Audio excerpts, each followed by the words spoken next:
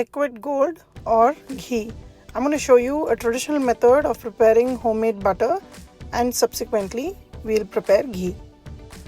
Traditionally, whole milk is boiled and pasteurized at home, and as it cools down there is a fat layer that is settled on top.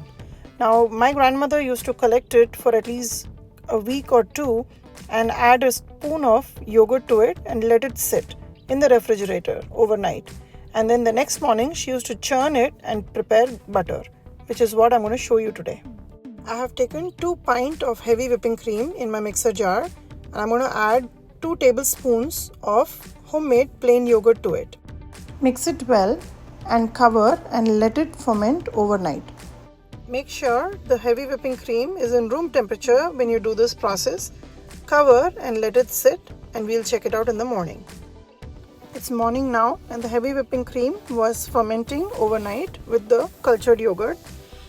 Now I'm going to use the manual whisk just to show you how simple this process is. Otherwise you can use the electric whisk or your stand mixer jar to do this process.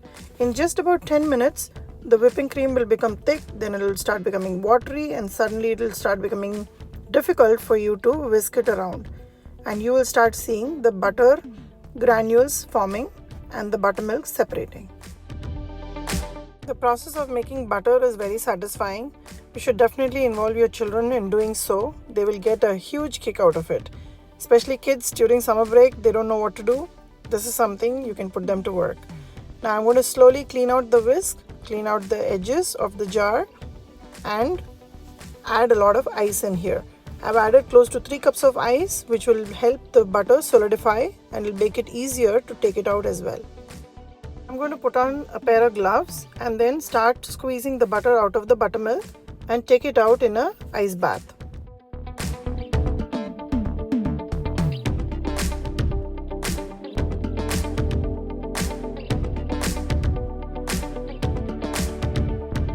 This process of washing the butter is very important so that we can remove most of the buttermilk from the butter, and this will ensure that the butter will last long in the refrigerator, and the ghee will also have less sediments.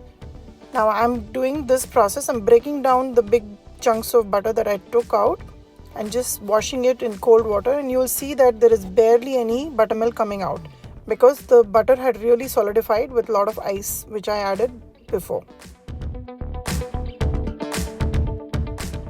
I'm taking out the butter in my bronze vessel here. Squeeze out as much as water as you can and take it out.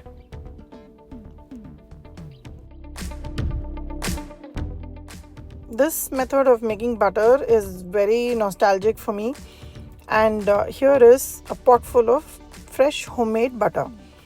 Now I'm going to take out one portion to make seasoned butter and use the rest of it to prepare ghee. I'm going to take out 1 cup of butter and show you how to prepare different varieties of seasoned butter. But before that, let me show you how easy it is to use an electric whisk and prepare this butter. This is 1 quart of heavy whipping cream, and I had added 1 tablespoon of yogurt to it and left it overnight. And you can see that I used the electric whisk, and it took me barely 5 minutes. Once I churned it, the butter separated, and there's a lot of buttermilk. I've added ice here, and I'm just rolling the butter to one side of the vessel, and I'm going to squeeze it out and take it out in another ice bath with water and ice. Always use a heavy bottom kadai to prepare ghee. I've added all the butter and keep it on a medium flame. Let the butter boil, and you'll slowly start seeing a clear liquid and a residue at the bottom. Ghee will be ready in no time, but there's always this moment when the ghee is ready and when the ghee is burnt. When your residue at the ghee is nice and golden brown, turn off the gas. That is the time you need to move the kadai away from the gas stove as well. This will give you a perfect texture of ghee and the taste. It's always easy to just buy unsalted butter and just boil it and make ghee, but it is not the cultured ghee that we are used to eating, and it doesn't have the health benefits that ghee is supposed to give you. So it's one extra step.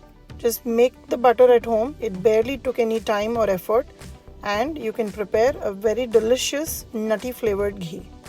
and in no time you have a fresh batch of homemade ghee.